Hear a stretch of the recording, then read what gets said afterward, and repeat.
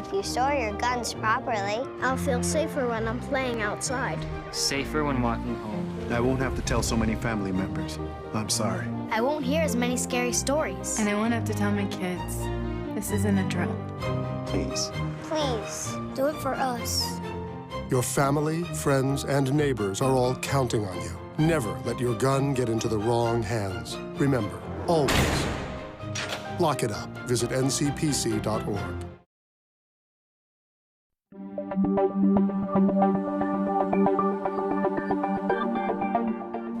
In Fairfield County, something new comes across my desk every day. Crimes are committed, cases are solved, and a community is made safe by the hardworking employees of the Fairfield County Sheriff's Office.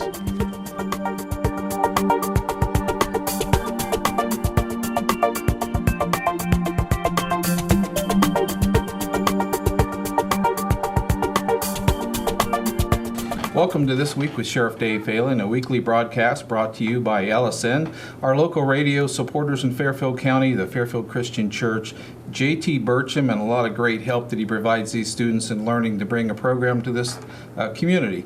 And back by popular demand this week is Sheriff Dave Phalen. Well, it's good to see you, Lieutenant. Good to see you, Sheriff.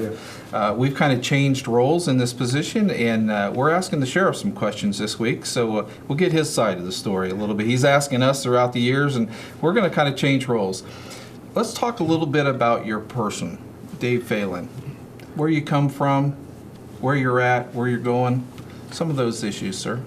Well, actually, I grew up in Columbus, on the east side of Columbus, Ohio. I have a brother who's a psychologist, and so kind of like the normal thing, and was in college and landed a job at a radio station and worked for a radio station for a period of time. And one thing I'd always wanted to do is be a police officer. And so at that time, as I mentioned last week, I was hired by the Washington, D.C. Police Department, was there for a period of time, came to Columbus, and then after that became sheriff here in Fairfield County. So I am just so blessed. Have a great family. You think that's helped you, that radio show and what we do today? You know, you think back on your life, and even young people, you just never know, because the things we do in our, as young people really do affect us. It was very helpful, and of course I didn't know it at the time working for the radio station, because it just gave you a sense of confidence, an ability to talk to people, to enunciate when you talk. So it was a really good experience. And I've been blessed. I'm married to Loretta. We have 3 children. We have 6 grandchildren, and so it's been a very good life. And I'll tell you one, and you know this too. And I think if we have people in the law enforcement community know that to be able to be in law enforcement is really a sacred trust, and it's just an opportunity to help people, to put criminals in jail, to do a host of different things. No day is the same, and I look forward to going to work today just like I did 45 years ago in Washington, D.C. And I can remember thinking this. I was assigned to a precinct in Washington, D.C. I can remember one of the first days on patrol, and I was thinking to myself, I get paid to do this? I said, this is really a great job. And so I've been very fortunate. Well, and speaking of Washington, we had the chance to go to Washington, D.C., and during the Ethan Collins Memorial Service at the Capitol, I think President Bush gave the speech that day, and actually traveling through Washington, D.C., the sheriff would actually show me places where he had been, where he patrolled, and the different things of Washington, which is kind of really neat to be with somebody that's been there and done that. So you've done a great service and began your career there. Yeah, we were there. Tragically, Ethan Collins lost his life in the line of duty in the sheriff's office. So every year they invite family members, they invite the administrators for the various law enforcement agencies to Washington, D.C., and they have a program to honor the officers that were killed. And so you and I were there, and several of our deputies and different people had gone there from the family. And we had an opportunity to meet some bobbies from England, Yes. London, England. Yes, yeah, that was very unique. They don't carry any weapons or anything. Some of them are pretty nice to talk to. Some of them are a little quiet, but Okay, I'll see if you remember this. We were actually, the lieutenant and I, we stayed at a hotel. We had to take a subway to go ahead and get to where they were having the ceremony. And of course, we wear our sheriff uniforms, and we are walking along, and people are coming up to us and saying, "How do you get to this location? Where's Asking for the directions. Smithsonian? How do you do this kind of thing?" yeah, I don't think they really knew that we didn't work. No, they thought we were just policemen that worked in the area. So. Yeah, for sure. It kind of brings me naturally to, as a instructor and speaker, you talk for the Sheriff's Office and represent Fairfield County at the national level. Talk a little bit about that, sir. Well, every year I have an opportunity to address members of the National Sheriff's Association. That's a conference that they have, and they have it in different parts of the United States, where a number of the sheriffs and a number of administrators within sheriff's offices come from all over the United States.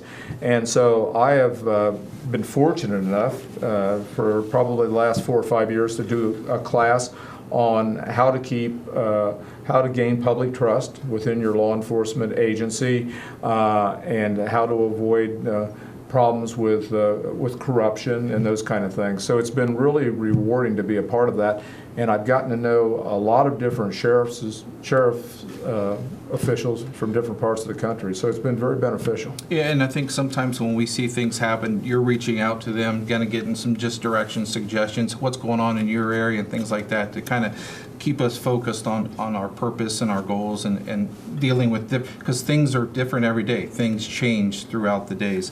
Tell us a little bit about your relationship with your son. I know you go to Columbus and meet with him and spend some time at you ride with him, I think, a couple times, haven't you? I sure have. Yeah, tell us a little bit about that. Well, like I said, I have three children, 2 daughters and a son. My one daughter, Michelle, works with the Lancaster Police Department. My other daughter is is a housewife. Okay. And then my son is a Columbus police officer. And my son joined the Columbus Police Department about the same time I became sheriff, and he actually has my badge that I wore with Columbus. And That's so great. And so he's worked a lot of the assignments I did. So it's really been kind of fun to be able to keep connected with the Columbus Police Department, where I served all those years, and have a son that's doing a lot of the same things that I did 40 years ago. That's great. So we're able to talk shop and see what's going on in their world. See what's going on, and it's certainly a different world than when I started there. In Columbus, far dangerous. Sure. The problems are quite different. It's a different world than it was then. Now, I know you read a lot. Like, I read reports every day, and I know you read a lot of different law enforcement articles. You'll send stuff over to one of the lieutenants or sergeant. Tell us a little bit about your personal. What do you like to read when you're not at the office? Well, what I like, first of all, I'm addicted to reading. So when I finish with one book, I'm starting another. If I don't have a book, I'm feeling kind of like antsy.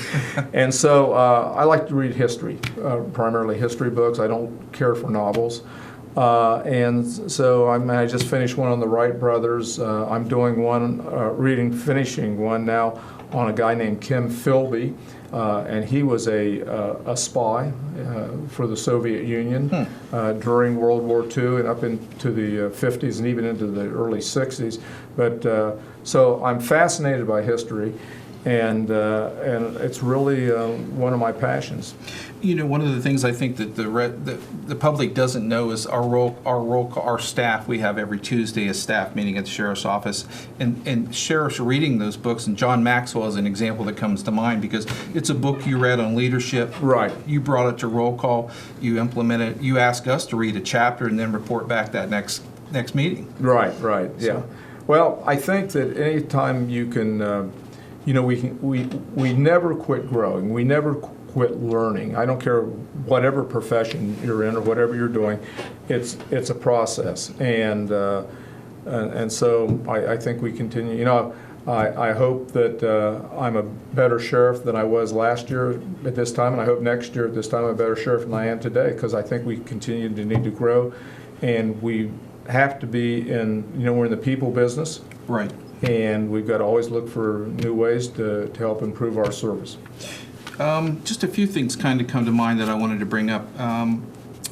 Recognized as one of the top 100 sheriff's offices in the country in uniforms. Yeah, a few years ago, the Fairfield County Sheriff's Office was chosen as the best dressed sheriff's office or law enforcement office in the United States, and so that was really kind of a It was a great reward for us. It really was. We have roll call every day. We have uniform inspection, and you've done a great job changing that, turning the page to make these guys look very professional when they're out and about doing what they do. And we like to tell our employees, look your best, do your best, be your best. Yeah.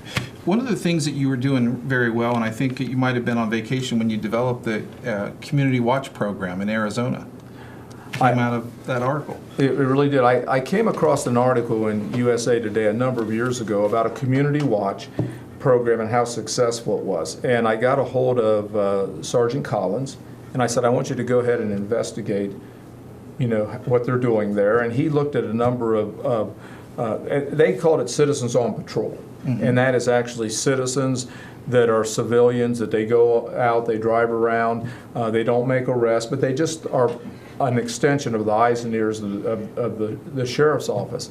So he did some research on it, and we started what we call our Community Watch program, and that is citizens that they do all kinds of things. They help with traffic control. If people lock themselves out of their car, they just give an extra presence in the neighborhood. They report suspicious or unusual activity. They work our parades, they work our festivals. A lot of hours, a lot of time. And really have saved the sheriff's office, saved the taxpayers hundreds of thousands of dollars. They really have. And they do a terrific job.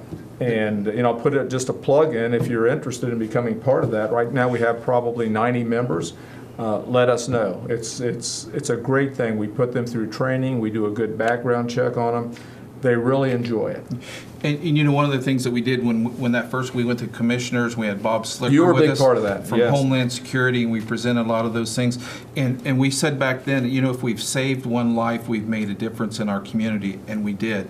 If one of our Community Watch guys was eating lunch at Wendy's one day, you remember that? Yeah, he did. And someone had a heart attack, and he gave him CPR, which he had learned at the Community Watch training. Yep. Saved the guy's life. Yeah, that was a great day for. Yes, it was. A bad day for the guy because he ended up doing good. He turned out, saved his life, done a great job, and things like that.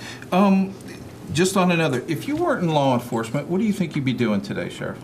Well, it's kind of hard to tell.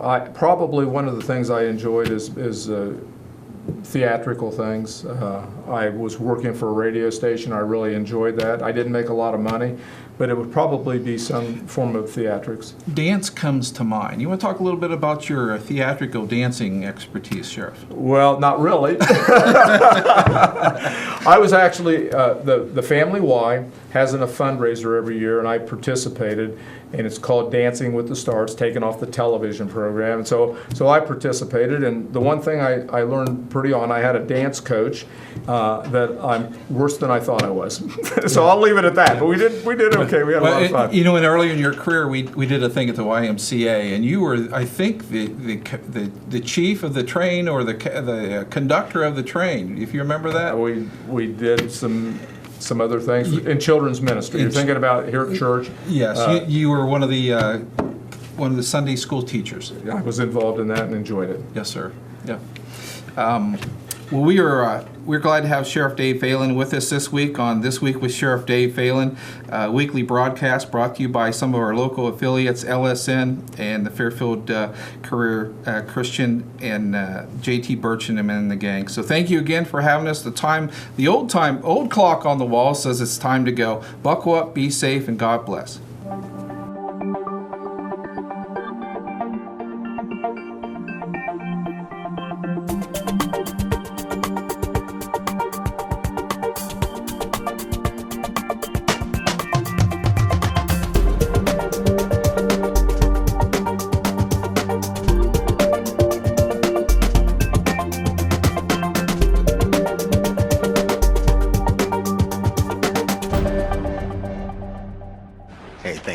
stopping by. You know, I followed your character since the first episode. I'm a big fan. Big fan. Thank you. And listen, your storyline, it makes for incredible TV drama. Thing is, your drug use is very adult content. Too adult for the kids. So I'm gonna have to block you. Oh, man. Yeah. Well, have a good one. You're a nice lady.